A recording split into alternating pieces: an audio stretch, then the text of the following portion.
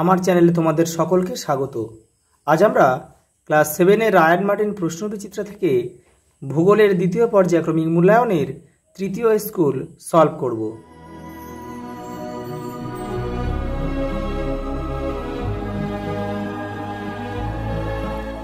প্রথম প্রশ্ন দেখো, তিব্বত মালভূমি একটি ব্যবচ্ছিন্ন মালভূমি। গ্রস্ত উপত্যকা দেখা যায় স্তূপ পর্বতে। নদীর উচ্চ প্রবাহে সৃষ্ট ভূমিরূপটি হল গিরিখাত। পরেরটা দেখো, পাশাপাশি প্রবাহিত দুটি নদীর মধ্যবর্তী স্থানকে কী বলে? দোয়াব বলে। পরেরটা দেখো,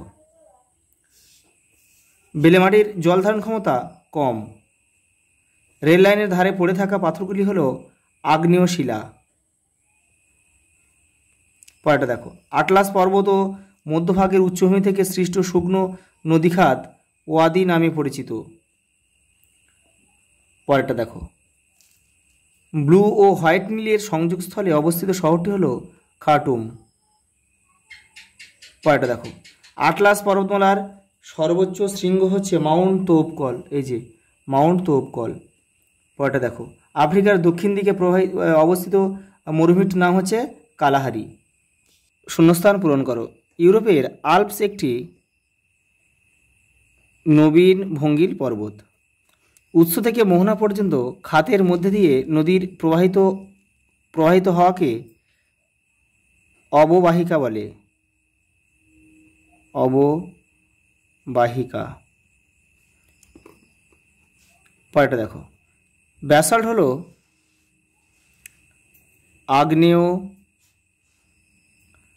আগ্নেয় শিলার উদাহরণ। পরেরটা, আফ্রিকার উপর দিয়ে প্রবাহিত খামসিন বায়ু উষ্ণ ও শুষ্ক প্রকৃতির। গিনি উপকূলে এই বায়ু আবার হারমাট্টার নামে পরিচিত। পরেরটা দেখো, জাম্বেসি নদীর পথে সৃষ্টি হয়েছে ভিক্টোরিয়া জলপ্রপাত। ভিক্টোরিয়া জলপ্রপাত। পরেরটা দেখো, বিয়ের দাগের। নিচের প্রশ্নগুলির অতি সংক্ষিপ্ত উত্তর দাও। একটি পলিগঠিত সমভূমির উদাহরণ দাও। গঙ্গা, ব্রহ্মপুত্র,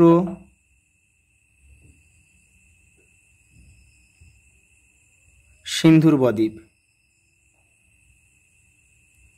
পরেরটা দেখো, সিমেন্ট কারখানায় কোন শিলা ব্যবহার করা হয়? পাললিক শিলা। পাললিক শিলার নাম হচ্ছে চুনা পাথর। পরেরটা দেখো, মৃত্তিকা সৃষ্টির প্রক্রিয়াকে কি বলে? রেগোলিথ। পরেরটা দেখো, ক্যারাভান কি? তোমাদের টেক্সটের 118 নম্বর পেজে উত্তরটা রয়েছে। এই যে দেখে নাও, মরুভূমিতে দল বেঁধে যখন উট চলে তখন তাকে ক্যারাভান বলে। এই যে এই ছবিটা। পরেরটা দেখো, পৃথিবীর দীর্ঘতম খাল কোনটি? Grand canal. পরেরটা দেখো, যেটা চীনে অবস্থিত। পরেরটা দেখো, মরু অঞ্চলে শুকনো নদীখাতকে কী বলে? ওয়াদি। পরেরটা দেখো, ভূমধ্যসাগরের চাবিকাঠি কাকে বলে? জিব্রাল্টার প্রণালী।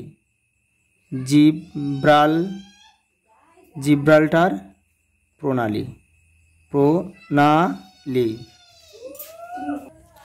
পরের প্রশ্ন দেখো, 3-এরটা। নিচের প্রশ্নগুলির সংক্ষিপ্ত উত্তর দাও। ব্যবচ্ছিন্ন মালভূমি কাকে বলে? তোমাদের টেক্সটের 40 নম্বর পেজে উত্তরটা রয়েছে, দেখে নাও। এই যে এখান থেকে এই পর্যন্ত লিখতে হবে। পরের প্রশ্ন দেখো, সমভূমি ও মালভূমির মধ্যে দুটি পার্থক্য লেখো, দেখে নাও। এই যে মালভূমি ও সমভূমির পার্থক্য এখানে 4টে রয়েছে, তোমরা এখান থেকে করে নেবে। পরের প্রশ্ন দেখো, নদীর মোহনায় বদ্বীপ সৃষ্টির দুটি শর্ত উল্লেখ করো, দেখে নাও।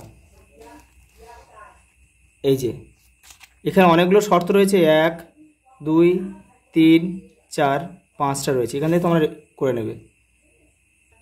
পরের প্রশ্ন দেখো, জলবিভাজিকা কি? দেখে নাও, তোমাদের টেক্সটের 49 নম্বর পেজে উত্তরটা রয়েছে। এই যে এই যে রয়েছে, বৃষ্টির জল ভূমির ঢাল বরাবর বিভিন্ন দিকে বয়ে যায়, এখান থেকে এই পর্যন্ত লিখবে। পরের প্রশ্ন দেখো, রূপান্তরিত শিলার দুটি বৈশিষ্ট্য লেখো, দেখে নাও। এই যে রূপান্তরিত শিলার বৈশিষ্ট্য এখানে রয়েছে, অনেকগুলো রয়েছে, 5টা রয়েছে, দেখো 1 2 3 4 5, এখান থেকে তোমরা করে নেবে, যেগুলো দরকার তোমার সেখান থেকে করে নেবে। পরের প্রশ্ন দেখো, বহুমুখী নদী পরিকল্পনা কাকে বলে, দেখে নাও। এই যে যখন বহু উদ্দেশ্যকে সামনে রেখে নদীতে বাঁধ তৈরি করা হয় তখন তাকে বহুমুখী নদী পরিকল্পনা বলে। যেমন নীলনদের উপর এরকম অনেক নদী পরিকল্পনা করা হয়েছে। পরের প্রশ্ন দেখো, 4 দাগের একটা কি বলেছে দেখো, সমভূমি অঞ্চলগুলিতে জনবসতি বেশি, কারণ ব্যাখ্যা করো, দেখে নাও। এই যে এখান থেকে যে 1 2 3 এটা পুরোটা লিখতে হবে। পরের প্রশ্ন দেখো, চিত্র ও উদাহরণসহ স্তূপ পর্বতের বিবরণ দাও, দেখে নাও। স্তূপ পর্বত, এই যে এই ছবি রয়েছে আর এই যে বিবরণ রয়েছে, তোমাদের টেক্সটের 39 নম্বর পেজে কিন্তু উত্তরটা রয়েছে। পরের প্রশ্ন দেখো, মাটি সৃষ্টির নিয়ন্ত্রক হিসেবে শিলা, জলবায়ু ও ভূপ্রকৃতির ভূমিকা লেখো, দেখে নাও। এই যে দেখো, মাটির সৃষ্টির নিয়ন্ত্রক শিলা, জলবায়ু আর ভূপ্রকৃতি, এই পর্যন্ত লিখতে হবে। পরের প্রশ্ন দেখো, অন্ধকারাচ্ছন্ন মহাদেশ কাকে বলে, আফ্রিকাকে। আফ্রিকাকে কেন বলে, দেখে নাও, 102 নম্বর পেজে রয়েছে। এই যে এখান থেকে তোমাদের লিখতে হবে, প্রাকৃতিক দুর্গমতা, অস্বস্তিকর উষ্ণ, এখান থেকে এই পর্যন্ত লিখতে হবে। পরের প্রশ্ন দেখো, নীল নদের গতিপথ বর্ণনা করো, তোমাদের টেক্সটের 106 নম্বর পেজে উত্তরটা রয়েছে, দেখে নাও। এই যে এখান থেকে এই পর্যন্ত। পরের প্রশ্ন দেখো, নীলনদ অববাহিকায় মিশরের অধিকাংশ মানুষ বসবাস করে কেন, তোমাদের টেক্সটের 115 নম্বর পেজে উত্তরটা রয়েছে, দেখে নাও। এই যে এটা লিখতে হবে, এই যে এই পয়েন্টটাও লিখবে, কিন্তু প্রথমে এই পয়েন্টটা দেবে, তারপরে এটা জুড়ে দেবে, এই পর্যন্ত।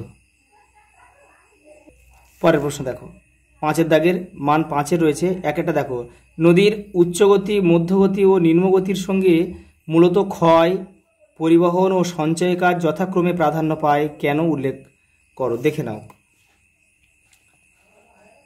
উচ্চগতিতে কেন, এখান থেকে লিখবে উচ্চগতিতে কেন ক্ষয় হয়, সেটা এখানে দেওয়া রয়েছে। দেখে নাও, মধ্যগতিতে কেন নদীর সঞ্চয় কাজ বেশি হয়, সেটা এখানে দেওয়া রয়েছে। আর একটা দেখে নাও, আর এই যে এখান থেকে এই পর্যন্ত নদীর নিম্ন প্রবাহে বা বদ্বীপ প্রবাহে কেন সঞ্চয় কাজ বেশি হয়, সেটা এখানে দেওয়া রয়েছে, এখান থেকে এই পর্যন্ত। পরেরটা দেখো, নদীর নিম্নগতিতে সঞ্চয় কার্যের ফলে সৃষ্ট ভূমিরূপ চিত্রসহ বর্ণনা করো, দেখে নাও। 57 পেজে রয়েছে, দেখে নাও। এই যে এখানে প্লাবনভূমি আর বদ্বীপ লিখবে, এই যে প্লাবনভূমি সম্বন্ধে লিখবে আর বদ্বীপ সম্বন্ধে লিখবে, হয়ে যাবে। পরেরটা দেখো, আফ্রিকা মহাদেশের নিরক্ষীয় ও ভূমধ্যসাগরের সন্নিহিত অঞ্চলের স্বাভাবিক উদ্ভিদ কীভাবে জলবায়ু দ্বারা নিয়ন্ত্রিত হয় তা ব্যাখ্যা করো, দেখো তোমাদের টেক্সটের 109 আর 110 নম্বর পেজে রয়েছে। এই যে দেখে নাও, এই যে নিরক্ষীয় চিরসবুজ গাছের অরণ্য এটা, আর এপারে রয়েছে দেখো এই ভূমধ্যসাগরীয় এই যে উদ্ভিদ, এটা এই পর্যন্ত।